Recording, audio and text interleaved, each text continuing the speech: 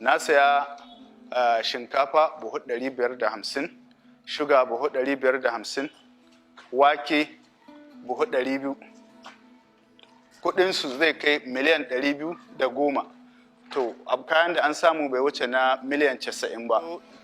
Nan ne warehouse dina inda nake aje kaya. To, na zo na aje kaya nan, kaya na tirela 2.5, sai aka kira ni jiya na karfe 9:30, sai an ka ce man ga mutane nan sun zo daga wurare da dama, sun zo suna ta bugun nan, suna dukan nan har suka zo har wurin ya bude. Da ya bude suka shigo, sun zo da makamai, ba wanda ya isa ya hana su su ɗauka. Sai na je police station, sai aka ce man police ba sa nan, abun yana faruwa a gwagwa, suna gwagwa. Da na dawo sai na shiga kasuwa, sai na kira yan uwana su zo su taimake ni.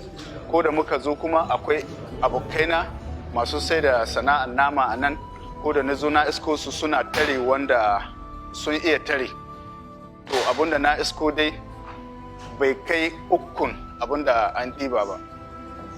Dukkanan kaya ne nan ya cika har zuwa nan, amma ko da na zo nan ne kawai na isko sauran kayan da ya rage wanda an tare. Sai muna bi gida-gida muna ɗan nan da suna kusa, muna samun wani abun da ya rage da ni jiya. Na saya shinkafa buhu 550, shuga buhu 550, wake buhu 200. Kudinsu zai kai miliyan 210. To, kayan da an samu bai wuce na miliyan 90 ba.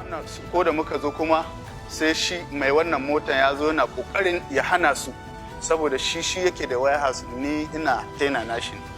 Yana kokarin ya hana su, sai suka ce shi ne ma mai wannan motan. Sai aka kama dukan motan, ko suna tunanin akwai kuɗi ciki ne su ɗauka. Sun zo sun faffasa mashi moto, sun buga shi, in yayi magana a jiya za su kashe shi.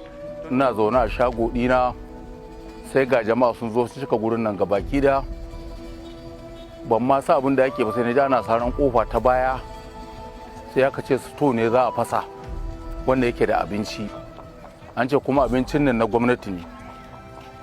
To daga nan har ma mai sto din shi ma zo gurin, bai iya gabatar da abin ba, ya buga waya, 'yan sanda ba zo da wuri ba, ya koma kan ya je ya dawo, an fasa gurin nan. Jama'a da yawa ba san iyaka wanda suke ɗiba abinci a gurin nan ba, wasu suna kaiwa gidajensu, wasu kuma suna hawa da shi a mashin suna barin garin da shi.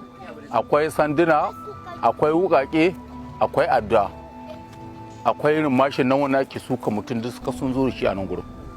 Kowa kuma ya gani, dan baka da halin za ka yi magana. Shi ma mai gidan bai da hali, dole ya bar gurin nan ya koma wajen gida. Kan ya dawo ya ga an fasa sto din, ana ɗiba abincin, kuma har mota ta ma duk an fasa gilasanta.